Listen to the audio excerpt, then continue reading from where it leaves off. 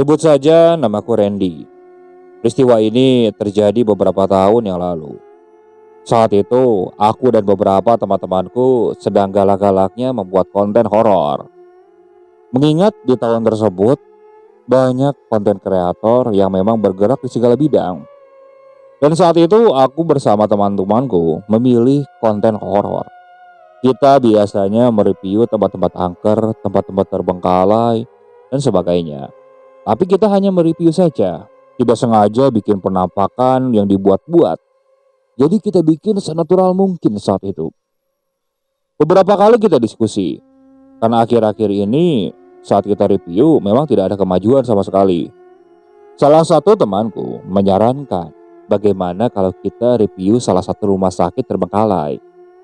Di tempat asal temanku ini, di sana ada sebuah rumah sakit terbengkalai yang konon katanya terbilang sangat angker. Mendengar usulan seperti itu, aku sedikit tertarik. Aku bersama temanku coba untuk survei dulu ke sana pada siang hari. Kita lihat-lihat selintas, dan saat aku lihat, memang tempatnya benar-benar cocok. Sangat seram, dan sepertinya sudah lama terbengkalai. Untuk melakukan review ke sana atau penelusuran ke sana, biasanya kita akan meminta izin dulu ke warga sekitar. Saat itu, kita berangkat bersama ketiga teman. Jadi istilahnya aku dan kedua temanku, jadi 3 orang. Kita membawa kamera, lighting, dan segala macam untuk persiapannya. Sampai ke sana, kita izin dulu ke warga sekitar.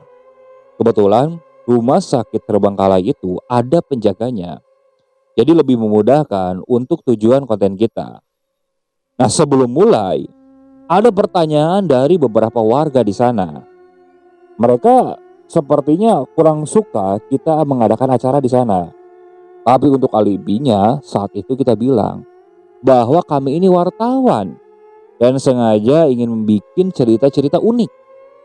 Dengan berbagai alasan yang membuat warga di sana percaya, akhirnya kita diberikan izin.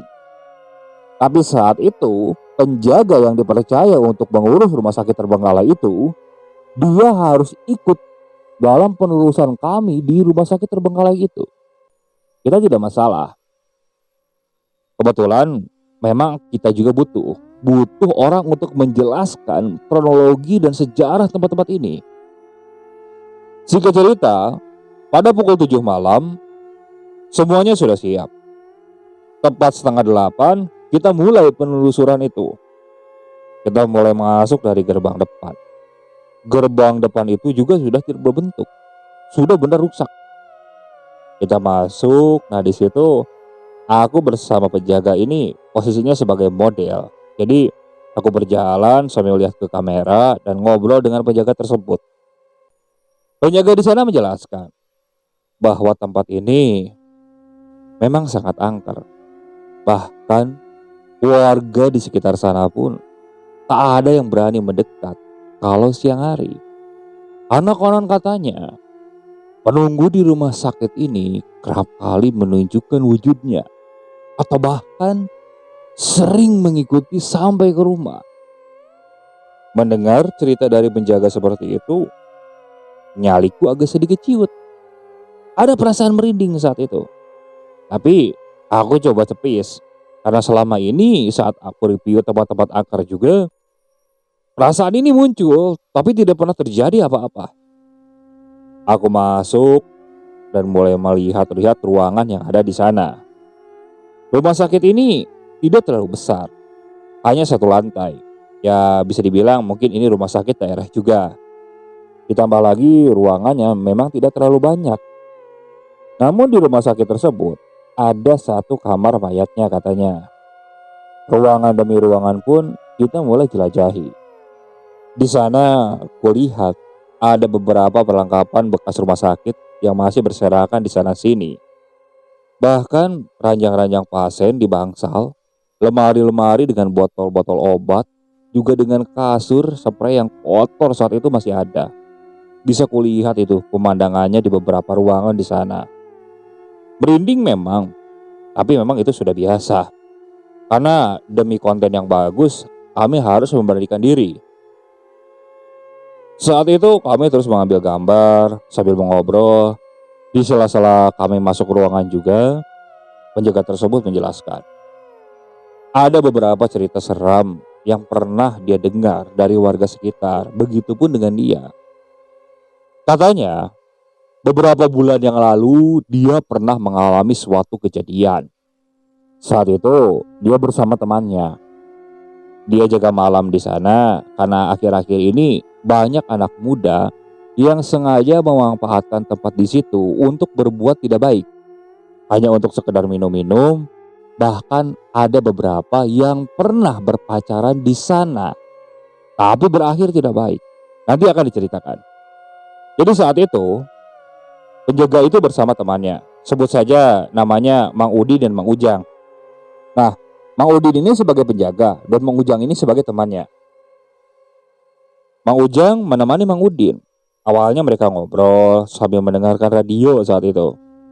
Di sela-sela mereka sambil ngobrol, tiba-tiba Mang Ujang ingin kencing. Mang Ujang berjalan ke dekat halaman. Nah, dia kencing di sana.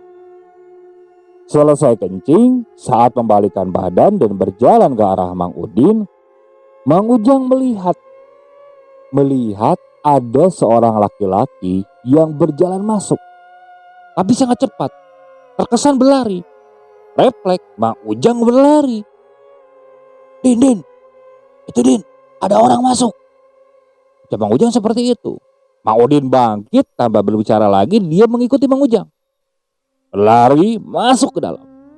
Nah, ketika masuk di dalam, posisi Mang Ujang ini tiba-tiba jalannya cepat, entah kemana, bingung. Ditambah lagi, saat itu Mang Ujang tidak bawa senter, hanya Mang Udin yang bawa. Mang Udin berteriak-teriak kan, "Jang, gimana weh, Jang?"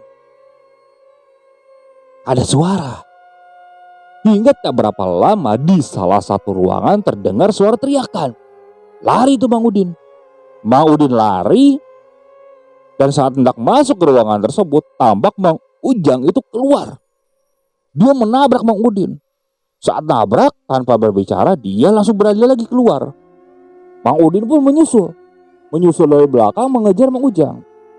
Sampai di luar, terlihat wajah Mang Ujang ini pucat. Ia seakan benar-benar ketakutan. Ditanyakan sama Mang Udin, "Kenapa kamu?" Masih diam. Dia seperti shock. Ditanya lagi, "Kenapa?" "Oh, tadi lihat orang kirain ku maling. Terus ya pas masuk ke ruangan, aku lihat, loh, dia tiba-tiba berdiri dekat ranjang. Nah, saat aku hampiri, loh, itu bagian depannya itu organ tubuhnya kelihatan, rusak wajahnya.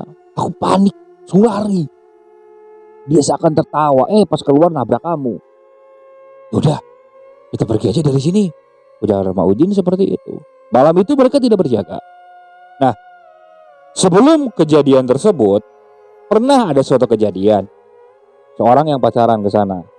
Jadi saat itu, Mang Udin memang agak telat untuk pergi ke sana. Kebetulan ada urusan. Kalau tidak salah, waktu itu pukul 8 lebih 15 menitan lah. Mang Udin mendadak. Saat sedang ada urusan itu, dia merasa tidak ada perasaan, ingin cepat-cepat jaga ke sana. Mang Udin berangkat dari tempat dia ada perlu itu menuju rumah sakit. Jarak tempuhnya kurang lebih sekitar 20 sampai 25 menitan. Sampai di sana, Mang Udin kaget. Karena di depan itu, Mang Udin melihat ada seorang laki-laki yang tampak linglung. Dia seperti berjalan tapi berputar-putar saja. Berputar-putar. Mang Udin lekas-lekas menghampiri laki-laki tersebut. Saat ditanya, dia masih kelimpungan. Didesakan sama Mang Udin. Didesak, dia baru bilang bahwa dia kesini sama pacarnya. Tapi pacarnya tahu-tahu lari kemana tak kemana. Berteriak-teriak. Dia tadi merasa seperti masih di dalam rumah sakit. Tidak bisa keluar. Seakan hanya berkeliling di ruangan itu. Mendengar jawaban dari orang tersebut, Mang Udin kaget. Merasa ini kejadian yang tidak biasa, Mang Udin meminta tolong kepada warga di sana. Saat itu ada beberapa warga yang langsung datang ke sana. Ada beberapa warga yang masih menanyai pemuda tersebut. Nah, sisanya masuk ke dalam rumah sakit. Yang kata si pemuda ini, perempuan itu masih ada di sana. Masuk ke sana, dicari, hingga akhirnya ditemukan. Perempuan itu ada di kamar mayat. Dia sedang duduk di pojokan kamar mayat tersebut. Di pojokan kamar mayat itu ada sebuah ruangan kecil. Biasanya digunakan untuk kamar mandi. Nah, di ruangan tersebut jongkok. Tapi kondisinya ini tidak baik-baik saja. Si perempuan itu seperti kesurupan. Dia meronta-ronta, mengamuk, hingga akhirnya dibawalah ke rumah terdekat. Coba diobati, saat itu memang sembuh. Keduanya diomongin, dinasehati supaya tidak melakukan perbuatan itu lagi. Namun ternyata 2-3 hari lagi si perempuan itu datang, dan kini bersama keluarga dan salah seorang yang katanya orang pintar. Katanya setelah pulang, si perempuan ini masih diganggu oleh sosok di sana.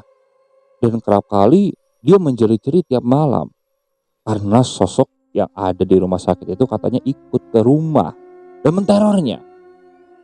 Dan setelah dikembalikan katanya sama orang pintar itu, barulah kejadian itu menghilang. Mendengar cerita dari Mang Udin ini, aku sedikit ketakutan. Karena biasanya kalau ada orang yang menemani, dia akan menjelaskan itu di akhir. Jadi selesai dari penelusuran, dia baru menjelaskan kalau di tempat ini pernah ada cerita ini itu, bahkan sejarahnya. Tapi ini di tengah-tengah, belum selesai penelusuran dia sudah cerita seperti itu. Ada perasaan tidak enak dan lebih ke arah takut saat itu. Entah apa maksudnya dari Mang Udin bilang seperti itu. Apa maksudnya dia hanya ingin menakut-nakuti kami ataupun bagaimana? Tapi ya sudahlah, demi konten kita lanjut. Kita lanjut kembali masuk ke beberapa ruangan. Hingga akhirnya kita sampai di ujung, yaitu di sebuah kamar mayat. Nah, saat masuk ke ruangan tersebut, aku merasa hawanya berbeda, berubah.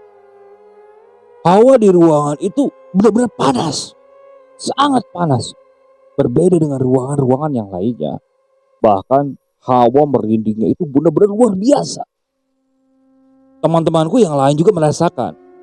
Dia sempat melihatku dengan isyarat yang berbeda.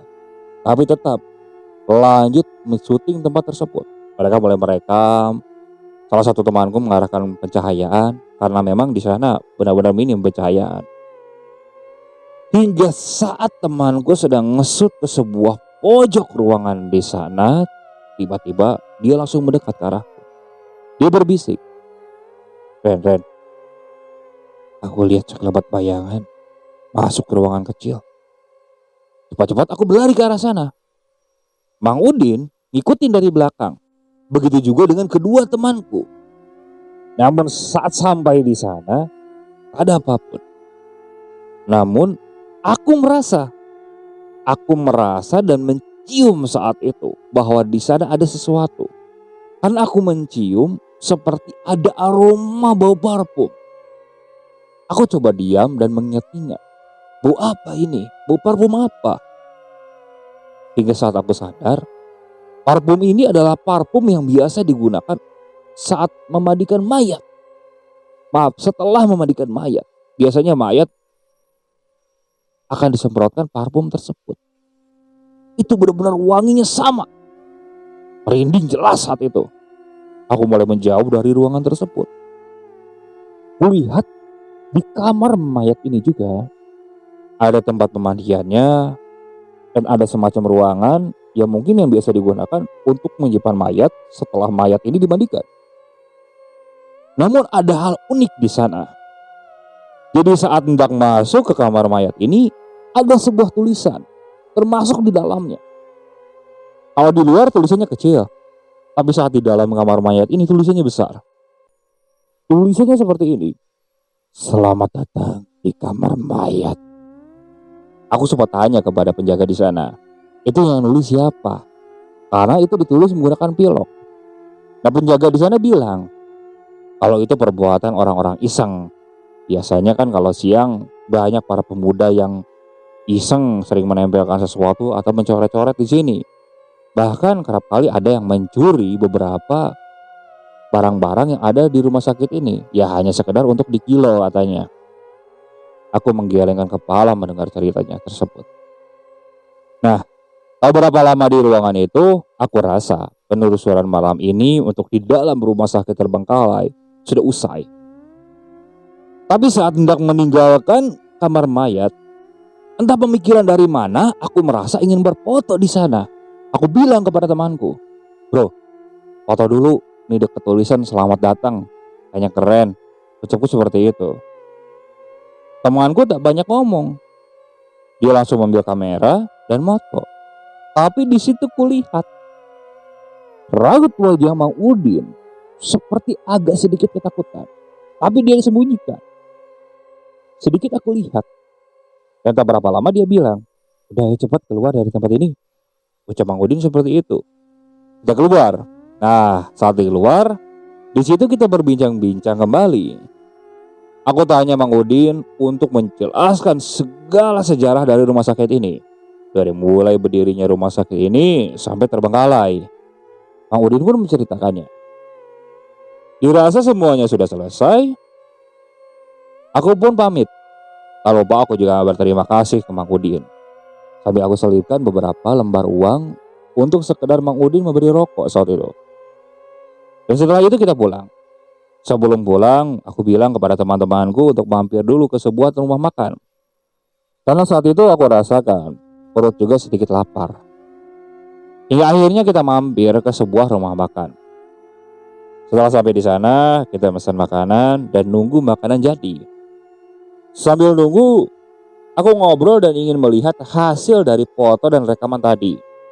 Ternyata sangat bagus. Namun, ada sesuatu yang benar-benar membuatku terkejut.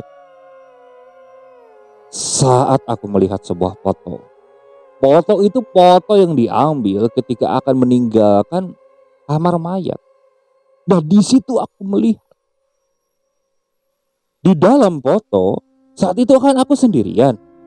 Tapi di dalam fotonya, di belakangku ada satu sosok perempuan. Dia mengenakan pakaian putih tapi nunduk. Rambutnya panjang. Dia berada di samping kanan belakang, agak ke belakang. Jelas. Aku tanya kepada teman-temanku, apa tadi saat mengambil foto, sosok ini ada? Tapi kata teman-temanku tidak ada. Aku benar-benar sendirian saat dipoto, tidak ada siapapun. Di situ aku mengingat-ingat raut wajah Mang Udin yang seakan ketakutan. Apa Mang Udin melihat saat itu? Di situ bukannya takut aku, tapi ada perasaan bangga. Kenapa? Karena aku berhasil menangkap foto penampakan yang benar-benar asli, bukan yang diada-ada. Di situ aku merasa kalau kontenku kali ini akan benar-benar viral. Aku bilang seperti itu kepada teman-teman. Teman-teman yang lain juga tersenyum. Tak berapa lama kemudian makanan pun jadi. Di situ kita lanjut makan. Selesai makan, kita berencana pulang. Nah, rencananya nanti semua video dan foto ini akan diedit besok. Yang biasa ngedit adalah temanku. Tapi saat itu kamera aku bawa.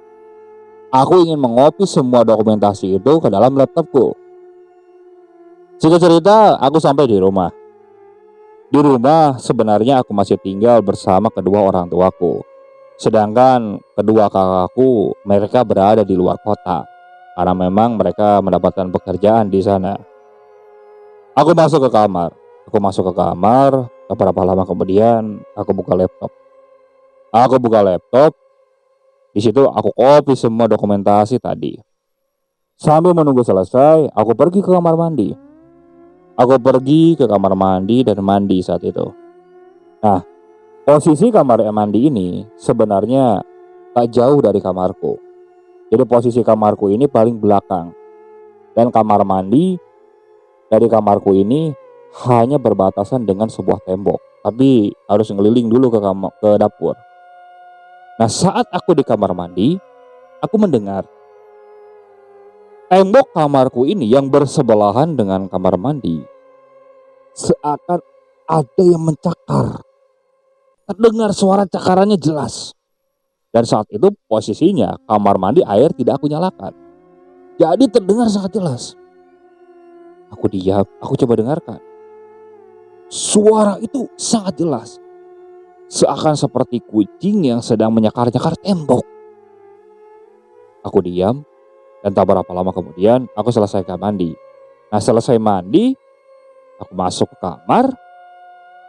Saat membuka pintu dan masuk, di situ aku kembali mencium aroma parfum yang kucium tadi di kamar mayat.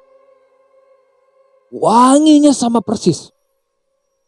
Wangi itu menyeruak dan memenuhi seluruh ruanganku. Aku merinding saat itu. Aku tengok ke sekeliling. Aku yakin ibu dan bapak juga tak ada yang menggunakan parfum seperti ini. Hingga pandanganku melihat ke arah tembok yang bersebelahan dengan kamar mandi. Nah, di situ aku kaget. Karena di tembok itu ada sebuah bekas cakaran panjang. Cakaran ini besar, bukan seperti cakaran hewan. Hampir mirip seperti tangan manusia yang mencakar tembok tersebut. Kalau kuhitung-hitung, ada 10 bekas cakaran.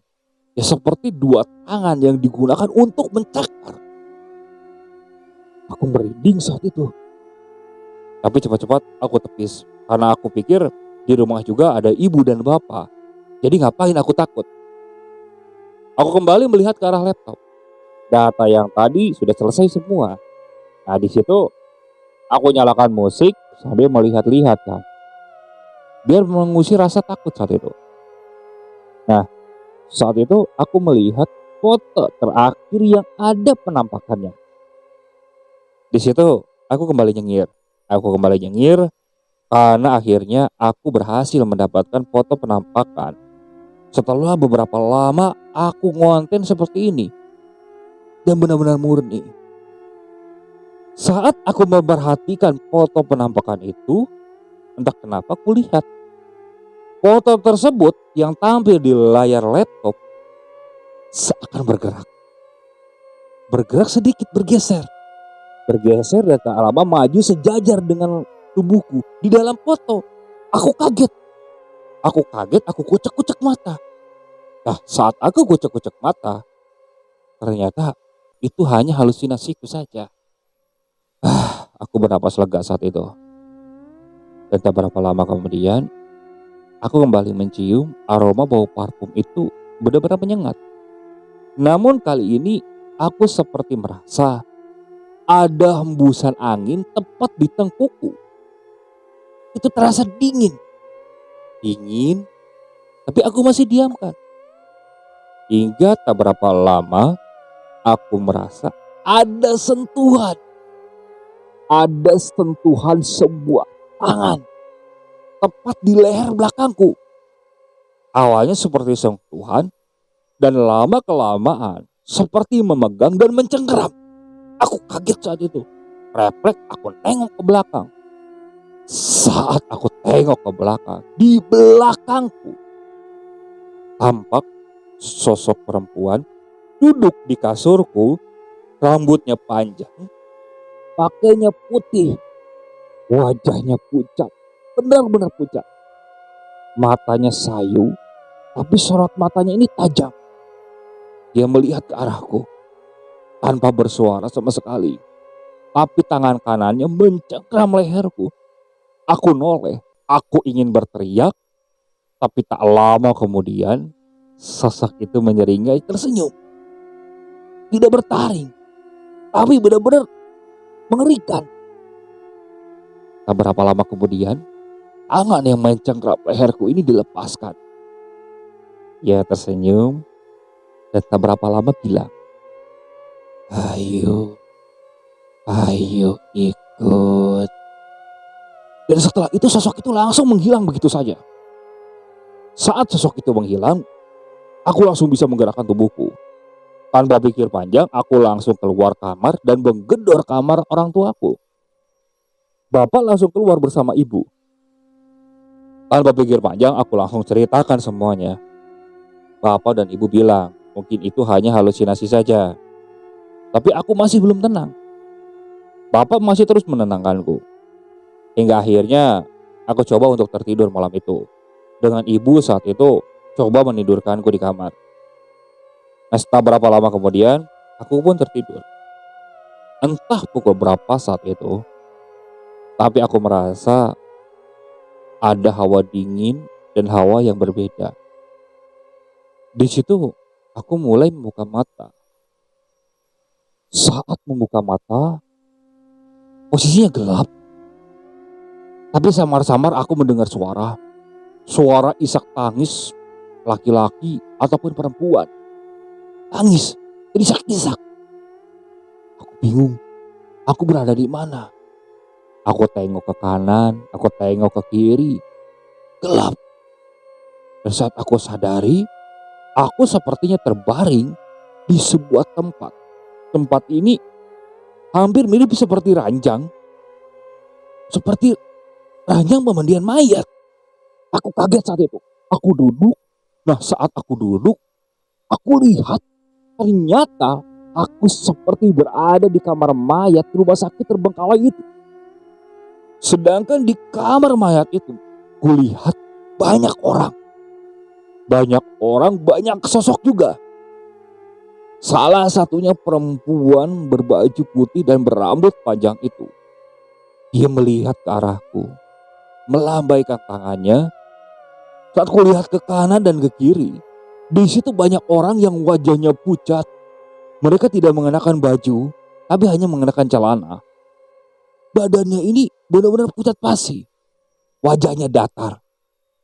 Mereka seakan mendorong ranjang ini untuk pergi ke tempat penyimpanan. Tempat penyimpanan mayat setelah dimandikan. Aku meronta-ronta. Ingin rasanya aku melompat dari sana, tapi tidak bisa. Dan sosok di sana bilang, ayo pergi, ikut.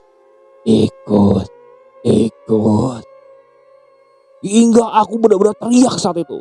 Dan saat aku berteriak, aku terbangun dari tidurku. Napasku ngos-ngosan saat itu. Aku kaget. Karena tadi aku rasa itu seperti bukan mimpi. Benar-benar nyata. Setelah itu aku ambil ponsel. Aku telepon kedua temanku. Aku coba tanya kabar mereka. Apa mereka tadi malam mengalami hal yang sama.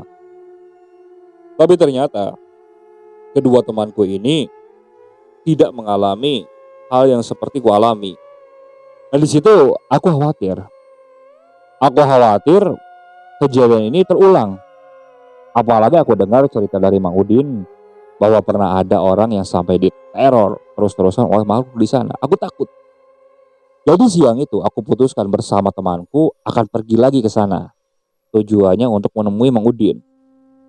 Singkat cerita aku berangkat ke sana. Sampai di rumah Mang Udin, aku ceritakan semua. Di situ Mang Udin masih terdiam. Dan tak berapa lama dia bilang, katanya saat terakhir kali aku berfoto di rumah sakit itu, tepat di kamar mayat, Mang Udin melihat di belakangku itu banyak sosok. Sosok itu seperti menyambut kedatangan seseorang. Mang Udin saat itu takut karena dia baru pertama kali melihat sosok yang begitu banyak. Selama di sana dia tidak pernah melihat sosok yang begitu banyak berdiri di sana. Takut Mang Udin. Makanya saat itu Mang Udin lekas-lekas mengajak kami untuk keluar. Namun ternyata kejadiannya malah aku alami. Setelah melihat foto yang ada di kamera tersebut, Mang Udin hanya bilang, coba hapus saja foto ini dan meminta maaf di sana. Mungkin kita lancang datang ke sana dan mereview di sana. Siapa tahu penunggu di sana memang tidak mau terekspos dan mereka hanya ingin tenang dengan kehidupan mereka di sana. Ucap Mang Udin seperti itu. Aku nuruti saran Mang Udin. Aku datang ke sana Ya aku bilang seperti orang gila saat itu, ngomong sendiri meminta maaf, dan setelah itu pulang. Di rumah, kopian dari foto tersebut aku hapus semua. Malam harinya, aku mengikuti saran dari bapak dan ibuku untuk sholat, ngaji, dan berzikir. Alhamdulillahnya malam itu gak ada kejadian yang aneh. Besok atau lusanya pun gak ada kejadian lagi. Nah, teman-temanku bilang, bagaimana untuk kontennya? Saat itu, aku menyarankan untuk teman-temanku tak lanjutkan lagi untuk review horor seperti ini. Karena ternyata resikonya sangat tinggi. Apalagi bagi kita, orang yang memang tidak paham dengan dunia mistik. Ya hanya sekedar penikmat cerita-cerita horor atau hal-hal horor tanpa bisa mengatasi kalau terjadi sesuatu. Nah, itu yang aku tidak inginkan. Terjadi sesuatu atau mungkin bahkan kejadian itu bisa mencelakai diri kami. Jadi itu benar-benar dijadikan pelajaran olehku. Oke, sekian untuk cerita kali ini. Saya mohon maaf apabila masih banyak kekurangan dalam pembawaan ceritanya. Kritik dan sarannya silakan kalian bisa cantumkan di kolom komentar. Tak lupa saya juga ucapkan terima kasih kepada narasumber yang sudah membagikan kisahnya, termasuk kepada para penonton yang benar-benar setia mengikuti cerita dari channel Keramat Horor ini. Saya ucapkan terima kasih, semoga kalian selalu diberikan kesehatan, dilancarkan rezekinya, dan dijauhkan dari musibah. Terus ikuti cerita-cerita yang dibawakan oleh channel Keramat Horor ini. Assalamualaikum warahmatullahi wabarakatuh.